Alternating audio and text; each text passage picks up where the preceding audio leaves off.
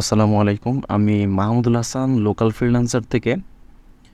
আজকে আমি খুব গুরুত্বপূর্ণ একটা জিনিস নিয়ে কথা বলবো। গুরুত্বপূর্ণ জিনিসটা হচ্ছে ক্যাডের page setup. AutoCAD 2D plan করার জন্য আমাদের যে পেজ সেটআপটা করতে হয় সেটা নিয়ে। তো যদিও বা আমি এর আগে 3-4টা ভিডিও অলরেডি ক্যাডের উপর আপলোড করে ফেলছি। তো প্রথম ভিডিওটায় ক্যাডের পেজ সেটআপ কিছুটা ডিটেলসে দেওয়া থাকলেও অতটা প্রপারলি দেওয়া ছিল না। তো আজকের ভিডিওটা হচ্ছে টোটালি পেজ সেটআপের উপরে। তো আমরা আসলে দেখব যে কীভাবে একটা নতুন পেজ ওপেন করার পরে ওখানে পেজ সেটআপ করতে হয়। তো নর্মালি আমরা করি কি যে একবার পেজ সেটআপ করে নেওয়ার পরে বারবার ওই পেজটাকে কপি করে বিভিন্ন প্রজেক্টে আমরা ব্যবহার করি। আমরা বারবার পেজ সেটআপ করি না, কারণ বারবার পেজ সেটআপ করা একটা সময় সাপেক্ষ ব্যাপার। 2-4-5 মিনিট হইলেও প্রত্যেকটা প্রজেক্টের জন্য নতুন করে পেজ সেটআপ করা, সব কিছু রেডি করা একটু সময় সাপেক্ষ ব্যাপার। এই জন্য আমরা করি না। আমরা একবার পেজ সেটআপ করে ওই পেজটাকে হচ্ছে বারবার কপি করে তারপরে হচ্ছে আমরা ইউজ করি। তো আচ্ছা, আমরা শুরু করি। প্রথমে হচ্ছে আমরা একটা ব্ল্যাঙ্ক পেজ নিব। নিউতে নেওয়ার পরে আমরা এরকম একটা পেজ পাবো। আসলে আমাদের জানা দরকার যে আসলে পেজ সেটআপটা মূলত কেন করা দরকার। পেজ সেটআপটা মূলত করা দরকার হচ্ছে ক্যাডের যে আমরা যে পেজটা দেখতে পাচ্ছি, এই পেজটা ক্যাড ওপেন হওয়ার পরে কাজ করার জন্য এই পেজটা উপযোগী না এখন পর্যন্ত। তো আমাদের একটা প্রপার কাজ করার জন্য বা একটা প্ল্যান বা যে কোনো ধরনের অটোক্যাড দিয়ে মূলত আমরা architectural floor plan, section, elevation, structural drawing, বিভিন্ন ডিটেল ড্রয়িং করে থাকি বা বিভিন্ন জিনিসের প্ল্যানিং করে থাকি। তো ওই মেজারমেন্টগুলো বা যে কোনো জিনিসের পুরো জিনিসটাকে একটা পরিবেশ তৈরি করা, মানে কাজ করার জন্য একটা পরিবেশ তৈরি করা বা কাজ করার জন্য একটা স্পেস তৈরি করা, এই জন্যই মূলত হচ্ছে পেজ সেটআপটা করতে হয়। তো পেজ সেটআপটা কীভাবে করতে হয় আমরা এখন দেখব। প্রথমে আমরা যে কাজটা করব সেটা হচ্ছে কমেন্টস দিব হচ্ছে UNITS। ইউনিটস কমেন্টটা দিলে আমাদের এরকম একটা টুল বক্স পাবো। টুল বক্সটার মধ্যে থেকে আমাদের প্রথমে যে কাজটা করতে হবে, ডেসিমেলটাকে আর্কিটেকচারাল করে নিতে হবে। যেহেতু আমরা আর্কিটেকচারাল ফ্লোর প্ল্যান করবো বা আর্কিটেকচারাল কাজ করবো, সেক্ষেত্রে আর্কিটেকচারাল করে দিব। এখানে ইঞ্জিনিয়ারিং বা বিভিন্ন ধরনের আরও অপশন আছে যেগুলো মিলিমিটার, সেন্টিমিটার বিভিন্ন মেজারমেন্টে কাজ করা হয়। এবং পরে হচ্ছে আমাদের একটা স্কেল অপশন আছে। স্কেল অপশনটায় আমরা করে দিব 0-0। মানে হচ্ছে আমরা যারা ট্রায়াঙ্গুলার স্কেল ইউজ করি, ট্রায়াঙ্গুলার স্কেলে আমরা দেখতে পাবো যে একটা মেইন ফরম্যাটটাকে হচ্ছে কনভার্ট করে বিভিন্ন সাইজে নেওয়া হয়। তো ওই জিনিসটাকে আমরা 0 ফিট সমান 0 ইঞ্চি যদি দেই তাহলে এটা রিয়েল স্কেল শো করবে। আচ্ছা, তারপরের যে অপশনটা আমরা হচ্ছে ডিগ্রি, মিনিট, সেকেন্ড এই অপশনে রাখবো। তারপরে হচ্ছে প্রিসিয়েশনটা আমরা 3 নাম্বার যে অপশনটা আছে 0D00, এই 3 নাম্বার পোর্শনটা রাখবো। এরপর আমরা ওকে করে দিলাম। ওকে করে দেওয়ার পর আমাদের ইউনিট সেটআপ কমপ্লিট। এখন ইউনিট সেটআপের পরে আমরা কয়েকটা জিনিস করতে পারি যে কোনো জায়গার থেকে। এরপরে আমরা করতে পারি হচ্ছে লিমিটস একটা কমেন্ট, LIMITS। লিমিটস দেওয়ার পর এন্টার করার পর আমরা দেখতে পাবো যে অলরেডি আমাদের একটা কমেন্ট চলে আসছে। তো কমেন্টে টুল বক্সটা চলে আসার পরে আমাদের প্রথম যে জায়গাটা দেখাচ্ছে এখানে দিব হচ্ছে আমরা 0।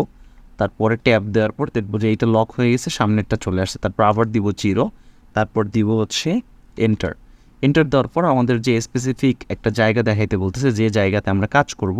সেক্ষেত্রে এই জায়গাটা আমি দিলাম হচ্ছে 500, ট্যাব বা কমা দিলে এটা চেঞ্জ হয়ে যাবে। আবার দিলাম হচ্ছে 500, তারপর দিলাম হচ্ছে এন্টার। তার মানে আমাদের লিমিটস যে সেটিংটা, মানে পেজ সেটআপের একটা গুরুত্বপূর্ণ সেটআপ হচ্ছে লিমিটসটাও আমরা কমপ্লিট করে ফেললাম। আমাদের ইউনিটস এবং লিমিটস কমপ্লিট হয়ে যাওয়ার পর আমরা 3 নাম্বারে যে সেটআপটা করব সেটা হচ্ছে ডাইমেনশন স্কেল সেটিং। তো ডাইমেনশন স্কেল সেটিংটা আমরা কীভাবে করবো, আমরা এন্টার দিলে আমাদের ডাইমেনশন স্কেল ম্যানেজার চলে আসবে। এইখান থেকে আমরা চলে যাব হচ্ছে মডিফাইতে যাওয়ার পর আমরা প্রথমে যে কাজটা করবো, প্রাইমারি ইউনিটসে গিয়ে দেখবো যেখানে আর্কিটেকচারাল করা আছে কিনা। আর্কিটেকচারাল করা না থাকলে আর্কিটেকচারাল করে দিব। প্রিসিয়েশনটা 0 ফিট 0 ইঞ্চি করে দিব।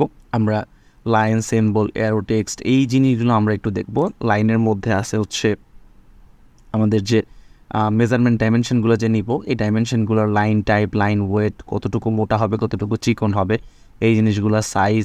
তারপর সিম্বল অ্যান্ড এরোরে গেলে আমরা অনেকগুলো ডিজাইন পাবো, যেই ডিজাইনগুলো দিয়ে আমরা ডাইমেনশন স্টাইলটা ক্রিয়েট করতে পারি। যেমন দেখা যাচ্ছে এখানে। তো আমি এখানে সবসময় প্রেফার করি হচ্ছে আর্কিটেকচারাল ট্রিকটা থাকাই প্রেফার করি। অ্যারো সাইজ 6 ইঞ্চি দিয়ে রাখা হয়েছে। আমাদের বিভিন্ন কাজের প্রয়োজনে ছোট বড় আমরা করব। টেক্সটের মধ্যে যদি চলে যাই এখানেও সেই টেক্সট হাইট দেওয়া হয়েছে 6। এটা ছোট বড় আমরা বিভিন্ন প্রয়োজনে আমরা করব।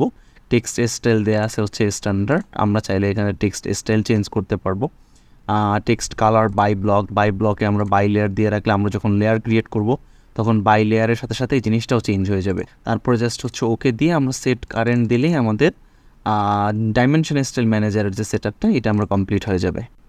আচ্ছা, ডাইমেনশন স্টাইলের পরে আমরা যে কাজটা করব সেটা হচ্ছে আমরা কিছু বেসিক সেটিং করব। আমাদের page set up totally complete. এখন আমরা হচ্ছে কাজ করার জন্য আমাদের আরও কিছু বেসিক সেটিং থাকে, যে বেসিক সেটিংগুলো হচ্ছে আমরা করবো। তো প্রথমেই আমরা দেখতে পাচ্ছি যে আমাদের পেজটাতে হচ্ছে গ্রিড হয়ে আছে। তো আমি যদি F7 ফাংশন 7 বাটনটা ক্লিক করি তাহলে আমার গ্রিডটা চলে যাবে। হচ্ছে ওপি এন্টার দিলেই অপশন চলে আসবে। অপশন থেকে আমরা দুইটা জিনিস করতে পারবো। একটা জিনিস হচ্ছে আমাদের পেজের যে কালার, সেই কালারটাও আমরা চেঞ্জ করতে পারবো। আর একটা জিনিস হচ্ছে আমাদের যে কার্সারটা, এই কার্সারটাও হচ্ছে আমরা ছোটো বড়ো করতে পারবো। ওপি এন্টার দিলে আমরা দেখবো এই যে হচ্ছে ডিসপ্লে, তো এখানে কার্সার সাইজ দেওয়া আছে, আমি অলরেডি হচ্ছে বড় করেই রাখা হয়েছে। তো আমরা যখন নতুন একটা পেজ সেট আপ করবো তখন এই জিনিসটা ছোট থাকবে, তখন আমরা কার্সারটা এখানে কার্সার সাইজটা আমাদের প্রয়োজন অনুযায়ী বড় করে নিতে পারবো। আমি যদি এখানে দেখি, আমি যদি আমার ব্যাকগ্রাউন্ড দেখতে পাচ্ছি ব্ল্যাক, এটাকে যদি আমি সাদা করতে চাই বা অন্য কোনো কালার করতে চাই তাহলে আমার চলে যেতে হবে ডিসপ্লেতে, তারপর চলে যেতে হবে হচ্ছে আমাকে কালার্সে যাওয়ার পর কালোটাকে আমি যদি সাদা করে দেই, অ্যাপ্লাই অ্যান্ড ক্লোজ দিলে আমার এটা সাদা হয়ে গেল। আমি যদি সেম জিনিসটাকে আবার কালোতে ফিরিয়ে নিয়ে আসতে চাই, জাস্ট হোয়াইটের জায়গায় আমাদের এখানে প্রচুর কালার আছে, ব্ল্যাক দিয়ে জাস্ট অ্যাপ্লাই অ্যান্ড ক্লোজ দিলে আমাদের ব্ল্যাক চলে আসবে, অ্যাপ্লাই ওকে। তো আমাদের পেজ সেট আপ মোটামুটি রেডি। এখন আমরা চাইলে যে কোনো ধরনের কাজগুলো আমরা শুরু করতে পারি।